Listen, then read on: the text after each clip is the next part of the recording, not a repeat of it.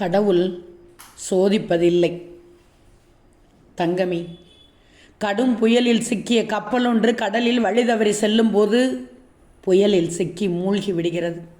பொறுமையாக கேளுங்கள் முழுவதுமாக. அதில் ஒருவன் கூறுகிறான், சாயி என்னை காப்பாற்று என்று கதறி வேண்டுகிறான். அருகிலுள்ள தீவு ஒன்றில் கடல் அலை அவனை கரை ஒதுக்கியது. அந்த தீவில் மனித சஞ்சாரமே இல்லாத இடத்தை கண்டு பயந்தவாறு, சாயி இங்கிருந்து எப்படியாவது என்னை தப்பிக்க வைத்துவிடு, ஆள் அரவமற்ற இந்த தீவில் எத்தனை நாள் தான் இருப்பது, என் மனைவி மக்களை பார்க்க வேண்டாமா என்று வேண்டுகிறான். ஏதாவது ஒரு ரூபத்தில் தனக்கு உதவி கிடைக்கும் என்று தினமும் எதிர்பார்த்து ஏமாந்து விடுகிறான். எதுவும் உதவி கிடைத்த பாடில்லை. இப்படியே நாட்கள் ஓடுகிறது. தன்னை காத்து கொள்ள தீவில் கிடைத்த பொருட்களை வைத்து ஒரு சிறிய குடிசை கட்டுகிறான். அப்படியே சில நாட்கள் ஓடுகிறது. இவன் பிரார்த்தனையை மட்டும் விடவில்லை. சாய் ஏதாவது ஒரு ரூபத்தில் நம்மை காப்பாற்றுவார் என்ற நம்பிக்கையோடு ஒரு நாள் இவன் உணவு தேடுவதற்காக வெளியே சென்று விட்டு திரும்பும்போது அவன் கண்ட காட்சி இன்னும் திடுக்கிட வைத்தது.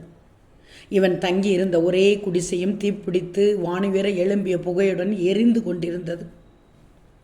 குடிசைகள் இருந்த உடைமைகள் அனைத்தும் தீக்கிரையாகிவிட்டன. இதை பார்த்து இவன் அலறி துடித்தான். எல்லாம் போய்விட்டது. சாயி, என்னை காப்பாற்றும்படிதானே உன்னை மன்றாடினேன், நீ இருப்பவற்றையும் பறித்து கொண்டாயே, இதுதான் உன் நீதியா என்று கதறி அழுதான். மறுநாள் காலை ஒரு கப்பலின் சத்தம் இவனை எழுப்பியது. இவன் இருந்த தீவை நோக்கி அது வந்து கொண்டிருந்தது. அப்பாடா, நல்ல வேளை, யாரோ நம்மை காப்பாற்ற வருகிறார்கள் என்று உற்சாகத்தில் துள்ளி குதித்தான்.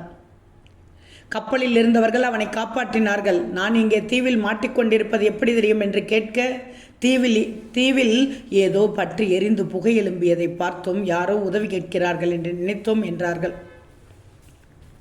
அப்போது சாயி குடிசையை எரித்த காரணம் அவனுக்கு புரிந்தது. அவர் காப்பாற்றியதை உணர்ந்து சாயிக்கு நன்றி சொன்னான். அந்த வழியில் கப்பல்கள் வருவதே கடினமான நிலையில் குடிசை மட்டும் தீப்பிடித்து எரியவில்லை என்றால் தன்னிலை என்னவாகி இருக்கும் என்று புரிந்து கொண்டான்.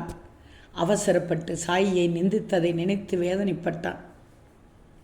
ஆம் தங்கமி, வாழ்க்கையில் பல நேரங்களில் நீங்கள் இப்படித்தான் அவசரப்பட்டு சாயியை குற்றம் சொல்லிவிடுகிறீர்கள். ஆனால் சாயி ஒவ்வொரு செயலும் மிகப்பெரிய ஆபத்திலிருந்து காப்பாற்றுவதற்குத்தான். நம்பிக்கை வைக்கணும். சாயி எப்போதும் உங்களோடு இருக்கிறார். ஓம் சாயிராம்.